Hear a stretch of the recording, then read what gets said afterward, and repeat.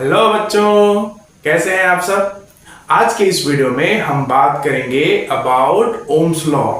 ठीक है, Ohm's law जो है करंट इलेक्ट्रिसिटी का बहुत इंपॉर्टेंट बोल सकते हैं लॉ है, या ऐसा माना जा सकता है कि बिना ओम्स लॉ के हम करंट इलेक्ट्रिसिटी को नहीं पढ़ सकते। वो इसलिए कि जब हम करंट की बात करते हैं ना, तो करंट में एक टर्म आता है रेजिस्टेंस, है ना। और बिना ओम्स लॉ के हम रेजिस्टेंस को डिफाइन नहीं कर सकते। उसके बिना ओम्स लॉ के बिना हम रेजिस्टेंस को नहीं जान पाएंगे कि क्या होता है। ठीक है, तो आज उसी के बारे में बात करेंगे बच्चों। ठीक है, तो चलिए शुरू करते हैं। ओम्स लॉ, ठीक है, आपको पहले यह समझना है कि जो ओम्स लॉ है वो करंट इलेक्ट्रिसिटी का पार्ट है। करंट इलेक्ट्रिसिटी का पार्ट है मतलब ये हुआ कि जब चार्ज जो है वो क्या हो रहा हो, फ्लो हो रहा हो, है ना। हम तो ये डिस्कस कर रहे हैं कि चार्ज जब फ्लो होगा तब करंट आता है। ओके, तो आपको ये समझना है कि चार्ज जो है फ्लो किस में होता है, कंडक्टर्स में। ठीक है, तो आपको पहले चीज ये याद रखना है कि जो ओम्स लॉ है वो एप्लीकेबल है सिर्फ और सिर्फ किसके लिए, मेटालिक कंडक्टर्स के लिए। बट उसमें भी कुछ कुछ कंडीशन है ना, तो उसके बारे में बात करेंगे। ठीक है, तो जो ओम्स लॉ है वो हमको बोलता है, उसका स्टेटमेंट ये बोलता है कि if the physical condition of the conductor, है ना, फिजिकल कंडीशन में क्या आएगा आपका, temperature, length, area of cross section, है ना, are constant. If the physical conditions of the conductor are constant, then the current flowing through the conductor is directly proportional to the potential difference applied across the conductor। ठीक है, अगर हम बात करते हैं conductor लेते हैं बच्चों, कंडक्टर मतलब कोई अलग सी चीज नहीं होता है, सिंपली वायर ही होता है। ठीक है, जब आप इसको प्रैक्टिकल करोगे लैब में तो आपको वायर के लिए निकालना रहेगा ये। ठीक है, तो कंडक्टर एक तरह का वायर ही है। ठीक है, बट हम ये करते हैं कि इसको जो है थोड़ा सा अलग बनाते हैं, वो इसलिए ताकि आपको समझ में आ सके। ये डायग्राम तो हमने पहले भी डिस्कस किया हुआ है ना, ये इस तरह से, ये ऐसा, है ना। तो यहां पर ये प्लस होगा, ये माइनस होगा बच्चों। यहां पर हमने पोटेंशियल V दे दिया, जिसके कारण से इसमें करंट जो है वो क्या होगा, I फ्लो होने लगेगा। ठीक है, और ये जो है उसके एरिया ऑफ क्रॉस सेक्शन में हमने V अप्लाई कर दिया। V मतलब potential difference. Okay, potential difference कैसे, ये हायर पोटेंशियल और ये लोअर पोटेंशियल। ठीक है, करंट जो है वो कहां से कहां जाएगा, from higher potential to lower potential.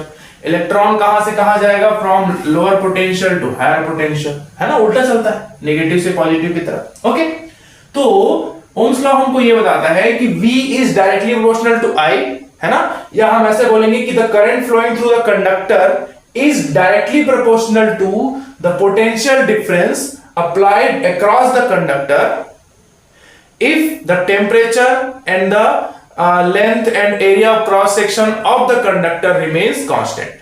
ठीक है, ये आपको याद रखना है कि उसका कंडीशन कौन कौन से हैं, आपको प्रैक्टिकल में पूछ सकते हैं। ओम्स लॉ का कंडीशन बताइए कि किस किस कंडीशन में वो एप्लीकेबल होता है। ठीक है, तो आपको बताना है कि हाँ, जब उसका टेम्परेचर कांस्टेंट रहेगा, है ना। अगर टेम्परेचर वेरी करने लगा बच्चों, तो उसके साथ साथ उसका रेजिस्टेंस भी क्या करता है, वेरी करता है। ठीक है, उसको हम देखेंगे, है ना। तो V is directly proportional to I, है ना। तो यहां से अगर हम प्रोपोर्शनलिटी साइन को हटाएंगे तो हम एक कांस्टेंट लेते हैं जिसको रिप्रेजेंट करते हैं R से, है ना, और ये हो गया I। ठीक है, तो ये जो R है इसको हम बोलते हैं प्रोपोर्शनलिटी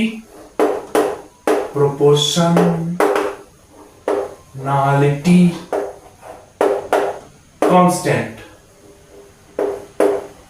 ठीक है, और इसी का नाम दिए हैं क्या, इलेक्ट्रिकल रेजिस्टेंस।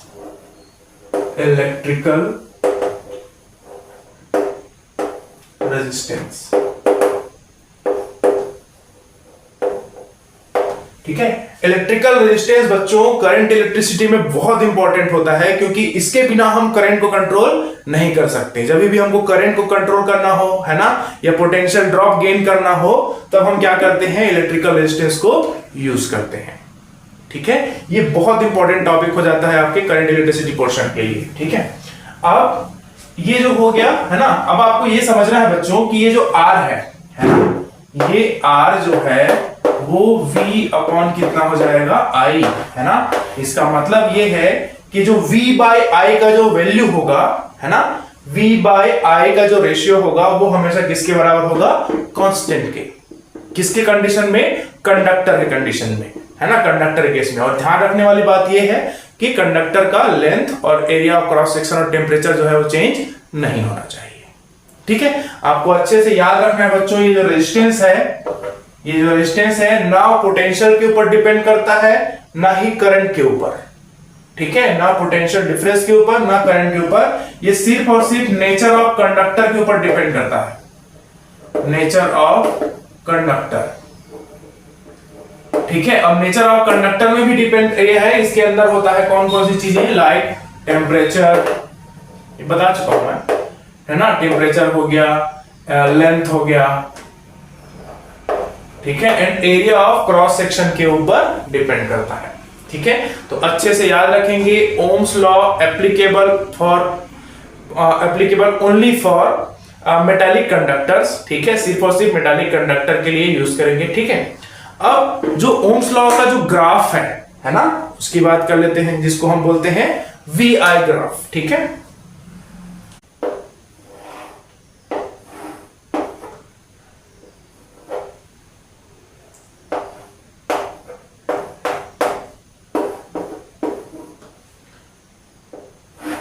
ठीक है, तो आपको ये समझना है बच्चों कि जब हम ओम्स लॉ का ग्राफ ड्रॉ करते हैं तो ये होता है, इसको बोला जाता है VI ग्राफ। ठीक है, और ये हमेशा कैसे रहता है? Straight line. वो इसलिए क्योंकि डायरेक्टली प्रोपोर्शनल है ना, I is directly proportional to V, है ना, इस कारण से ये इस तरह का आपको ग्राफ देखने को मिलेगा। ओके, अब लिमिटेशंस की बात करें अगर हम ओम्स लॉ का, तो ओम्स लॉ जो है वो लिमिटेड हो जाता है कहां पर? जब किसी कंडक्टर का टेम्परेचर जो है वो क्या हो रहा हो? चेंज हो रहा हो। मतलब ये है कि मान लेते हैं ये कंडक्टर है, ठीक है, अभी इसका जितना रेजिस्टेंस रहा होगा जो भी है, ठीक है, लेकिन अगर इसका टेम्परेचर चेंज होता रहेगा तो आपका ओम्स लॉ जो है वहां पर एप्लीकेबल नहीं होगा। और साथ ही साथ अगर हम इसके लेंथ को बड़ा कर दें, सडनली छोटा कर दें, एरिया ऑफ क्रॉस सेक्शन को चेंज कर दें, तब भी ओम्स लॉ एप्लीकेबल नहीं होता है। ठीक है, तो ये आपको याद रखना है। ठीक है, चलिए बच्चों, अब हम बात करेंगे जो कांस्टेंट मिला था ओम्स लॉ में, जिसको हमने नाम दिया था इलेक्ट्रिकल रेजिस्टेंस, उसके बारे में कि एक्चुअल में होता क्या है, ये किस तरह से वर्क करता है, और क्या क्या इसके SI यूनिट और इसका डायमेंशन फॉर्मूला होता है। ठीक है, उसको भी डिस्कस कर लेते हैं। ठीक है, देखिए ओम्स लॉ में हमने देखा V is directly proportional to I। Okay, proportionality sign को हटाया तो हमको एक कांस्टेंट मिला जिसको हमने नाम दिया इलेक्ट्रिकल रेजिस्टेंस। ठीक है, तो इलेक्ट्रिकल रेजिस्टेंस जो है बच्चों वो होता है क्या? ऑब्स्ट्रक्शन। ऑब्स्ट्रक्शन मतलब हिंदी में बोले तो अवरोध। क्या करता है? जैसे करंट फ्लो होता है ना, ये इस तरह से, ठीक है, तो वो क्या करता है? उसको अपोज करता है।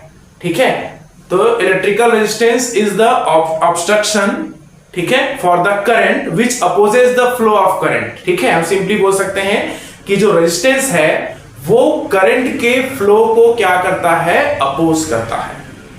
ठीक है, उसको रोकने की कोशिश करता है पर पूरी तरह से नहीं रोकता, है ना। ठीक है, जहां जितना ज्यादा हम उसको क्या करते जाएंगे, आप खुद सोच के देखिए, जैसे हम डैम बनाते हैं, नदी का पानी जब एकदम तेज बहते आता है, हम डैम बना दिए, है ना, इस तरह से, तो पानी खूब सारा जमा हो जाता है। सडनली अगर वहां पर क्या हो जाए, वो जो डैम का जो गेट है उसको खोल दे, तो पानी कितना तेजी से निकलता है ना। बस उसी तरह से जैसे करंट फ्लो हो रहा है, हम क्या कर दे, उसमें रेजिस्टेंस की वैल्यू बढ़ा दिए, बहुत ज्यादा रेजिस्टेंस लगा, तो इतना गर्म हो जाएगा वो वहां पर जहां पर हुआ है। ठीक है, तो जैसे उसको हटाएंगे वो फिर से नॉर्मली फ्लो होना पड़ेगा, मतलब नॉर्मली फ्लो होना स्टार्ट हो जाएगा। ठीक है, तो आपको ये समझना है, देखो करंट जो होता है वो पानी के फ्लो की तरह ही होता है। ठीक है, जिस तरह से हम डैम बना के पानी को रोक सकते हैं, ठीक है, हो सकता है कि हमने छोटा छोटा डैम बनाया है तो वो पानी के स्पीड को कम कर दे, बस उसी तरह से जो रेजिस्टेंस है वो करंट को क्या करता है? उसके फ्लो को अपोज करता है ना, रोकने की कोशिश करता है। ठीक है, बट हम ये बोल सकते हैं कि रेजिस्टेंस के थ्रू हम करंट को क्या कर सकते हैं बच्चों?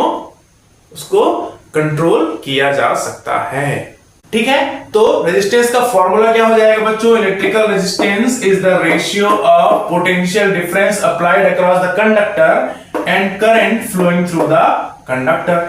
ठीक है, रेजिस्टेंस जो है वो इन दोनों का क्या होगा? रेशियो होगा। आपको ये बहुत अच्छे से याद रखना है, R is inversely proportional to current है बच्चों।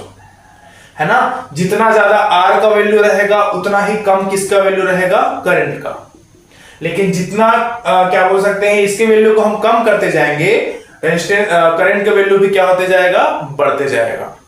ठीक है, यहां पे आप इस चीज को पहले भी क्लास 10th में डिस्कस कर चुके हैं, जो हीटिंग इफेक्ट ऑफ करंट पढ़े होंगे, है ना।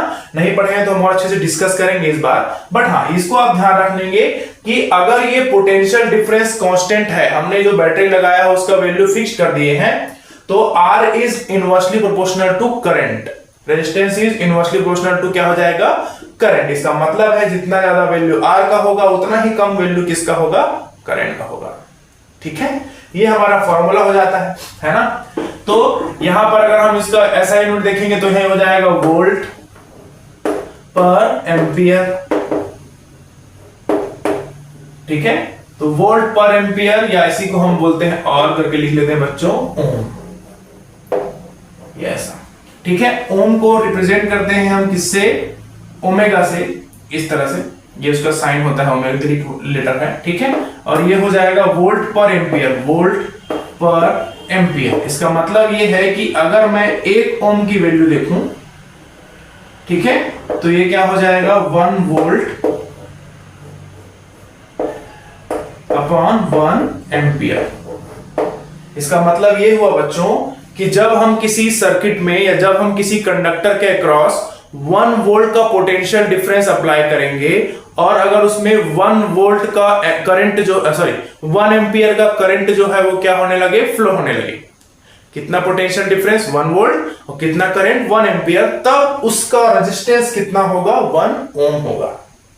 ठीक है, इसको आप ध्यान रखें। कभी कभी डिफाइन 1 ओम रेजिस्टेंस पूछ देता है, तो आप लिख सकते हैं कि if the potential difference applied across the conductor is 1 ohm and the current flowing through the conductor is 1 ampere, then the resistance of the conductor is 1 ohm. Okay? इस तरह से इसको आप क्या कर सकते हैं, डिफाइन कर सकते हैं। ठीक है, चलिए अब इसके डायमेंशन फॉर्मूला की बात कर लेते हैं बच्चों। ठीक है, तो हमको अगर इस फॉर्मूले से हम जाएं तो ये हो गया वोल्ट। वोल्ट को हम क्या लिख सकते हैं, ये पोटेंशियल डिफरेंस हुआ ना, तो इसका ऐसे लिखते हैं वोल्ट, है ना, और ये करंट हो गया, तो इसमें लिख सकते हैं वर्क अपॉन चार्ज। ठीक है, इसके लिए लिख सकते हैं करंट, है ना, तो current I is equal to Q by T होता है ना। ठीक है, तो यहां से इसको करेंगे तो ये हो जाएगा work into time upon Q square, ये ऐसा चार्ज के लिए। ठीक है, अब इसी को और कर लेते हैं, ये हो गया वर्क, ये हो गया टाइम, और चार्ज देखो हमने पढ़ा है I is equal to Q by T, तो Q इज इक्वल टू निकालेंगे तो I इंटू T होगा। ठीक है, यहां पर स्क्वायर रखा है तो ये I square into T square हो जाएगा, तो ये T से ये T क्या हो जाएगा, कैंसल। ठीक है, अब रखेंगे यहां पर जगह देखते हैं, तो वर्क के लिखते हैं ML2T माइनस 2, डायमेंशन फॉर्मूला ऐसे बनाते हैं। और I के लिए लिखेंगे A to the power 2, T के लिए सिंगल है तो ऐसे लिखेंगे। ठीक है, अब देखो यहां से इस T को ऊपर ले जाएंगे तो ये माइनस हो जाएगा, और ये भी माइनस में है तो ये क्या हो जाएगा, -3 ऐसा। तो इसका जो डायमेंशन आएगा बच्चों वो आएगा ML2A माइनस 2T माइनस 3, ये ऐसा। तो देखो ये -2 है ना, ये ऊपर जाएगा तो ये क्या हो जाएगा, इस तरह से। ठीक है, तो आप अगर फॉर्मूला याद है आपको तो उससे भी आप डायमेंशन फॉर्मूला क्या कर सकते हैं, बना सकते हैं, ये आपके ऊपर रहता है। ठीक है, नोट कीजिए। कॉज ऑफ रेजिस्टेंस की बात करें कि रेजिस्टेंस का कारण क्या होता है, तो सिंपली आप सोचिए, जब हम एटम्स कॉज ऑफ रेजिस्टेंस का कारण क्या होता है, तो सिंपली हम समझ सकते हैं कंडक्टर में हम जैसे ही क्या करते हैं, पोटेंशियल डिफरेंस अप्लाई करते हैं, उसमें क्या होता है, इलेक्ट्रिक फील्ड सेटअप होता है ना। इलेक्ट्रिक फील्ड सेटअप होने के कारण से जो इलेक्ट्रॉन है वो सडनली क्या होते हैं, मूव करने लगते हैं towards the positive terminal of the battery. Okay, अब जब वो ट्रेवल करते होते हैं तो जो उसके दूसरे एटम्स होते हैं उससे वो क्या होते हैं, बार बार क्या होते हैं, टकराते हैं। ठीक है, अब जब वो बार बार उनसे टकराते हैं, इसके कारण से जो वहां पर जो टाइम लैप्स होता है, स्मॉल गैप बनता है, स्मॉल ऑब्स्ट्रक्शन प्रोड्यूस होता है, वो रीजन होता है किसका, आपके रेजिस्टेंस का। ठीक है, तो ये सभी कंडक्टर में होता है ना। जैसे हम बोलते हैं कि silver is the best conductor of electricity. Okay, तो सिल्वर में ये जो कोलिजन वाला जो ऑब्स्ट्रक्शन होता है वो थोड़ा सा कम रहता है as compare to other metals, इसलिए जल्दी जल्दी उसमें इलेक्ट्रॉन फ्लो होता है, तो करंट भी जल्दी जल्दी फ्लो होता है। ठीक है, आपको याद रखना है बच्चों कि जो इंसुलेटर होते हैं, ठीक है, उनका रेजिस्टेंस होता है इन्फिनिटी, है ना, इनफाइनाइट होता है। जैसे वुड हो गया, है ना, वैक्स हो गया, पेपर हो गया, है ना, ये जो है ना, मोम बोल सकते हैं, प्लास्टिक हो गया, रबर हो गया, है ना, इनका जो क्या बोल सकते हैं, जो रेजिस्टेंस है वो क्या होता है, इनफाइनाइट होता है। ठीक है,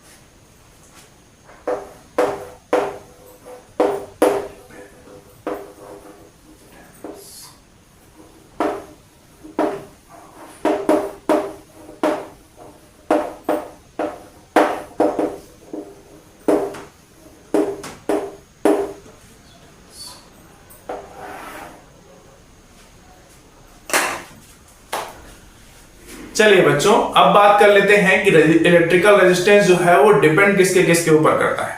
ठीक है, आपको अच्छी तरह से याद रखना है कि जो आपका रेजिस्टेंस है, ठीक है, वो डिपेंड करता है किसके किसके ऊपर, length of the conductor, area of cross section of conductor and temperature. ठीक है, तीन मेन चीजों के ऊपर डिपेंड करता है। इसमें पहला है आपका लेंथ ऑफ कंडक्टर, है ना, और ये किस तरह से करता है, R is directly proportional to L। इसका मतलब ये है कि अगर मैं किसी, जैसे मान लेते हैं कि हमारे पास ये इसका रेजिस्टेंस था R, अब इसको मैंने क्या किया, इसको खींच के मैंने क्या किया, दुगना कर दिया, इस तरह से बढ़ा दिया किसी तरह से, ये ऐसा है ना, इसको हमने क्या किया, इसके लेंथ को दुगना कर दिया। तो जाहिर सी बात है, देखो इतने लेंथ का रेजिस्टेंस कितना था, R, अब इसमें हमने R लाके और जोड़ दिया, है ना, खींचे नहीं, R लाके और जोड़ दिए, तो क्या हो जाएगा, ये R और R कितना हो जाएगा, 2R हो जाएगा।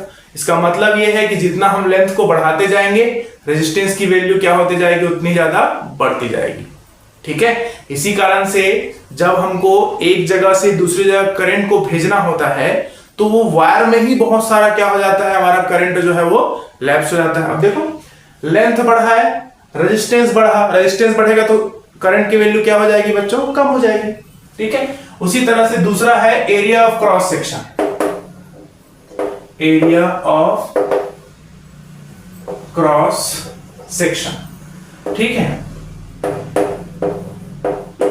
ठीक है, एरिया ऑफ क्रॉस सेक्शन समझते हैं, मतलब ये हुआ कि अगर मैंने इस चीज को काटा ऐसे, तो जो सामने आपको दिखाई देगा गोल, है ना, उसको हम बोलेंगे एरिया ऑफ क्रॉस सेक्शन। ठीक है, तो ये होता है R is inversely proportional to area of cross section. ठीक है, इसका मतलब ये हुआ बच्चों कि जितना ज्यादा मोटा आपका वायर रहेगा, रेजिस्टेंस की वैल्यू उतनी ही क्या होगी, कम होगी, और करंट जो है वो क्या होगा, ज्यादा फ्लो होगा। इसीलिए आप लोग देखे होंगे, है ना, अगर छोटा कोई फैन है ना, या फिर बोलेंगे कि मोबाइल का चार्जर हो गया, है ना, तो उसमें वायर जो है वो पतला रहता है। ठीक है, लेकिन जैसे टीवी का वायर हो गया, भी पतला रहता है, लेकिन जब हम बात करते हैं किसका, कूलर का या मिक्सर ग्राइंडर का, या हम बात करें इंडक्शन का, उसका वायर मोटा आता है।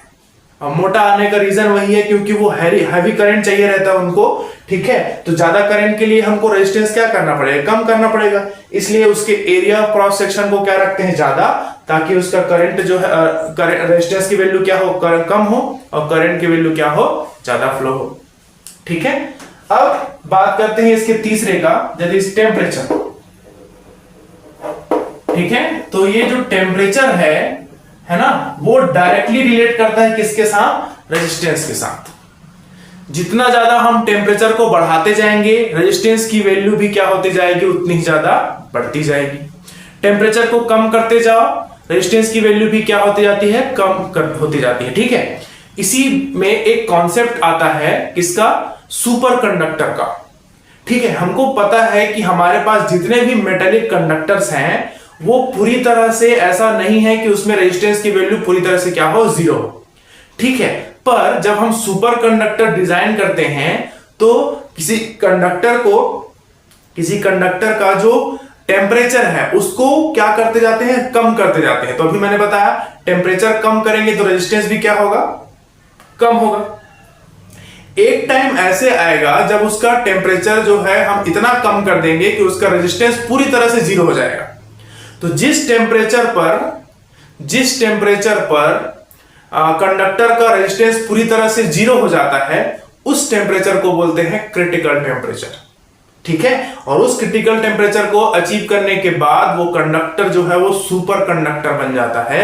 सुपर कंडक्टर का मतलब ये है बच्चों कि उसमें जो है करंट की वैल्यू रेजिस्टेंस की वैल्यू क्या होगी, पूरी तरह से जीरो होगी, ठीक है। सुपर कंडक्टर हम मैग्नेटिक लेविएशन में यूज करते हैं, है ना। अभी जो हमारे पास जो क्या बोल सकते हैं, सुपर स्पीड कंप्यूटर्स यूज होते हैं, उसमें हम यूज करते हैं सुपर कंडक्टर्स, ठीक है, ठीक है। अब देखते हैं कि सर्किट में हम रेजिस्टेंस को किस तरह से क्या करते हैं, शो करते हैं, ठीक है। तो आप जब भी सर्किट ड्रॉ करोगे और कहीं पे कुछ रेजिस्टेंस रहेगा तो वो हम उसको इस तरह से जिगजैग लाइन के थ्रू क्या करते हैं, रिप्रेजेंट करते हैं, ठीक है।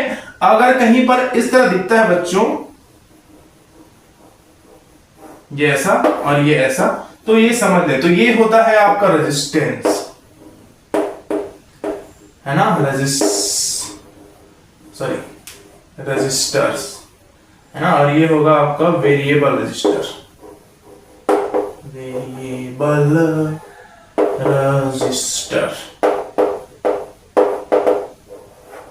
ये ऐसा, ठीक है। देखिए रेजिस्टेंस प्रॉपर्टी है, रजिस्टर डिवाइस है, ठीक है ना। वैसे ही यहां पर जो वेरिएबल रजिस्टर है ना, आप सभी जो अभी जब पढ़ोगे तो लैब में जाके जरूर देखना कि वेरिएबल रजिस्टर या इसी को रियोस्टेट भी बोला जाता है कि क्या होता है, कैसे होता है, ठीक है। तो उसमें जो है वो आराम से क्या करते हैं, खसका के हम रेजिस्टेंस की वैल्यू को अपने नीड के अकॉर्डिंग क्या कर सकते हैं बच्चों, वेरी कर सकते हैं। इस तरह से बच्चों हमने पूरा आपका ओम्स लॉ, ठीक है, कि ओम्स लॉ क्या होता है, किस किस के लिए एप्लीकेबल होता है, कौन कौन से कंडीशन में वो एप्लीकेबल नहीं होता, उसका ग्राफ कैसे बनता है, उसके ओम्स लॉ के थ्रू हमको एक कांस्टेंट मिला जिसको हमने नाम दिया इलेक्ट्रिकल रेजिस्टेंस, उसको भी हमने डिस्कस किया। रेजिस्टेंस क्या होता है ना, उसके कॉज क्या होते हैं, ठीक है। रेजिस्टेंस का एसआई यूनिट भी देखा, डायमेंशन फॉर्मूला भी देखा, डिपेंड किसके किसके ऊपर करता है वो भी देखे। बहुत इंपॉर्टेंट है उसका डिपेंडेंसी, कि किसके ऊपर वो क्या करता है, डिपेंड करता है, ठीक है। और साथ ही साथ हमने उसका रिप्रेजेंटेशन भी देखा कि सर्किट में जब हम उसको ड्रॉ करेंगे तो किस तरह से वो दिखेगा। तो अगर ऐसे बना हुआ है तो वो रजिस्टर है, अगर इस तरह बना हुआ है तो वेरिएबल रजिस्टर है। वेरिएबल रजिस्टर की वैल्यू को हम क्या कर सकते हैं, अपने नीड के अकॉर्डिंग क्या कर सकते हैं, वेरी कर सकते हैं, बट ये जो है वो फिक्स्ड रहता है इसकी वैल्यू, ठीक है। चलिए बच्चों, एक और छोटा सा टॉपिक है इलेक्ट्रिकल कंडक्टेंस, उसके बारे में बात कर लेते हैं। इलेक्ट्रिकल कंडक्टेंस जो होता है, जिसको हम कैपिटल जी से रिप्रेजेंट करते हैं बच्चों, ठीक है। सिंपल है, रेजिस्टेंस का उल्टा क्या होगा, कंडक्टेंस, है ना। तो हम बोल सकते हैं inverse of electrical resistance is known as conductance, yes, ठीक है। तो जितना भी चीजें था, हमने आर का ऐसा यूनिट पढ़ा था क्या, ओम, है ना। तो ये क्या हो जाएगा, 1/ओम होगा, या हम इसको ओम इनवर्स लिख सकते हैं, ओम इनवर्स, या इसी को बोला जाता है सेमन, ठीक है, तो इसको आप याद रखेंगे, कभी कभी पूछ देता है आपको। ठीक है, कंडक्टेंस नाम से पता चल रहा है, इलेक्ट्रिकल कंडक्टेंस क्या होगा, रेसिप्रोकल होगा किसका, इलेक्ट्रिकल रेजिस्टेंस का। ठीक है, जो डायमेंशन फार्मूला उसका आया था, इसका जस्ट अपोजिट ये हो जाएगा, इसका डायमेंशन फार्मूला बनेगा। ठीक है, क्या निकाले थे उसका डायमेंशन फार्मूला, m L2a-2t-3 ये निकाले थे, है ना। अब इसको इन्वर्स करना है ना। तो यहां से बनेगा क्या, इसको ऊपर ले जाएंगे तो m-1 L-2a-2t-3, ये ऐसा इसका डायमेंशन फॉर्मूला बनेगा। हाँ, ये इस तरह से इसका क्या बन जाएगा, डायमेंशन फॉर्मूला बन जाएगा। ठीक है, तो आपको ये याद रखना है कि electrical conductance is the reciprocal of electrical resistance is SI unit is Simon. ठीक है, या हम बोल सकते हैं ओम इनवर्स। ठीक है, एक और छोटा सा टॉपिक है जिसको हम डिस्कस कर लेते हैं, दैट इज स्पेसिफिक रेजिस्टेंस और रेजिस्टिविटी। स्पेसिफिक रेजिस्टेंस और रेजिस्टिविटी, पहला चीज एकदम दिमाग में रख लीजिए, resistivity is the property of क्या होता है, कंडक्टर, है ना। सिर्फ और सिर्फ उसके नेचर पे डिपेंड करेगा, किसके, कंडक्टर के। आप उसका लेंथ छोटा करो, लेंथ बड़ा करो, एरिया ऑफ क्रॉस सेक्शन कम करो, ज्यादा करो, उससे कोई फर्क नहीं पड़ता। सिर्फ ये है कि उसके नेचर के ऊपर वो डिपेंड करता है, किसके, मटेरियल। ठीक है, इसको आप याद रखेंगे, रेजिस्टिविटी, है ना। तो हमको पता है कि R is directly proportional to L/A होता है, अभी हमने देखा था। ठीक है, तो ये प्रोपोर्शनलिटी साइन को हटाने के लिए हम एक कांस्टेंट लेते हैं रो, और ये होता है आपका प्रोपोर्शनलिटी कांस्टेंट, जिसको हम रिप्रेजेंट करते हैं, जिसको नाम देते हैं क्या, रेजिस्टिविटी। ठीक है, तो अगर हम यहां से इसका फॉर्मूला निकालें बच्चों, तो रेजिस्टिविटी इज द, ये हो जाएगा RA/L। ठीक है, तो इस तरह से हम बोल सकते हैं कि रेजिस्टिविटी रेशियो होता है किसका, resistance into area of cross section upon length का। ठीक है, अब आपको ध्यान ये रखना है कि इस फॉर्मूले से आपको इसका डिपेंडेंसी जज नहीं करना है। ठीक है, आपको याद रखना है कि रेजिस्टिविटी जो होता है वो सिर्फ और सिर्फ डिपेंड करता है किसके ऊपर, नेचर ऑफ द मटेरियल के ऊपर। उसको कोई मतलब नहीं है उसके लेंथ से, उसके एरिया ऑफ क्रॉस सेक्शन से। ठीक है ना, आप उसके लेंथ को कम करो, ज्यादा करो, कोई फर्क पड़ने वाला नहीं है। सिर्फ और सिर्फ उसका मटेरियल जब चेंज होगा, पहले हमने कॉपर वायर लगाया था, फिर जब हमने उसमें एल्यूमिनियम वायर लगा देंगे, तो वहां पर जो है उसका मटेरियल चेंज हो गया, तभी रेजिस्टिविटी क्या करेगा, वेरी करेगा। अगर कॉपर वायर पहले इतना लंबा था, उसको काट के हमने इतना लंबा कर दिया, ठीक है, तो वहां पर रेजिस्टिविटी जो है वो चेंज नहीं होगा। ठीक है, इसको आप याद रखेंगे। इसका SI यूनिट देखें, ये हो गया ओम, ये हो जाएगा मीटर। देखो ये ओम मीटर स्क्वायर अपॉन मीटर, ये मीटर से मीटर कट, तो कितना मिलेगा, ओम मीटर।